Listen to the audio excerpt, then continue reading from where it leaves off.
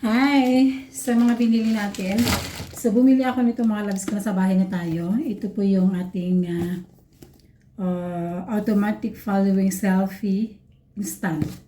Ito po ay maganda siya mga loves. Mura lang siya, 12 euro. Yan po. Itatry natin. Kailangan po yan mga loves. So, bumili tayo ng panlista ng entry. Ito po yung mga nakita niyo yung mga gandang kulay. Ilista kayo ng entry. Tapos bumili ako ng kandila. Tapos magtatanim tayo mga loves ko. Magtanim tayo ng halaman. Tapos bumili ako ng antikal.